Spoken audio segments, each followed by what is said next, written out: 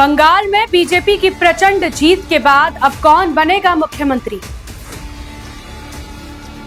Race में सबसे आगे हैं ये 5 नाम। क्या बंगाल को अपना नया दादा मिल गया है, या इस बार कोलकाता के नबन्ना की कुर्सी पर कोई दीदी नहीं बल्कि एक कद्दावर महिला नेत्री राज करेगी?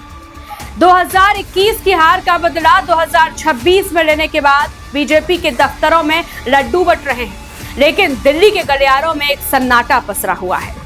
सन्नाटा उस नाम को लेकर जो अगले 5 साल बंगाल की किस्मत लिखेगा। 5 नाम, एक कुर्सी और मांसाहारी मुख्यमंत्री वाला वो रहस्यमयी बयान। आखिर अमित शाह की जेब में है किसका नाम? बंगाल की खाड़ी से उठी जीत की ये लहर अब सुनामी बन चुकी है। सोनार बांग्ला का सपना देखने वालों ने ब्रांड मोदी पर मोहर तो लगा दी, लेकिन अब सवाल ये है कि ताज किसके सिर सजेगा? क्या वो नंदीग्राम का शेर होगा, या फिर वो चेहरा जिसने बीजेपी को शून्य से शिखर तक पहुंचाया? अगले 8 मिनट मेरे साथ बने रहिए, क्योंकि आज हम उस सस्पेंस को डिकोड करेंगे जो शायद बड़े बड़े राजनीतिक पंडित भी नहीं कर पा रहे हैं। नमस्कार, मैं हूं आयुषी गौड़ और आप देख रहे हैं फोर्थ पॉइंट। पहला नाम जो इस रेस में सबसे आगे दौड़ रहा है वो है शुभेंदु अधिकारी। दोस्तों, ये वही शख्स है जिसने 2021 में ममता दीदी को उनके अपने ही गढ़ नंदीग्राम में धूल चटाई थी। बंगाल की रग रग से वाकिफ शुभेंदु के पास वो संगठन है जो टीएमसी को उसकी अपनी भाषा में जवाब देना चाहता है। लेकिन क्या नारदा स्टिंग का दाग उनकी ताजपोशी में कांटा बनेगा? क्या बीजेपी एक ऐसे नेता पर दांव खेलेगी जिस पर विपक्ष को हमला करने का मौका मिले? सस्पेंस यहीं से शुरू होता है। अब बात उस चेहरे की जिसने बीजेपी को बंगाल के कोने कोने तक पहुंचाया, दिलीप घोष। कार्यकर्ता उन्हें फाइटर कहते हैं। खड़गपुर के इस लाल ने बीजेपी को वो तेवर दिए जो पहले कभी नहीं देखे गए थे। लेकिन क्या दिल्ली का नेतृत्व उनके पुराने और बेबाक बयानों को देखते हुए रिस्क लेगा, या फिर समीक भट्टाचार्य जैसे सुलझे हुए चेहरे को आगे कर दिया जाएगा जो सबको साथ लेकर चल सके? राजनीति की ये शतरंज बहुत गहरी है दोस्तों।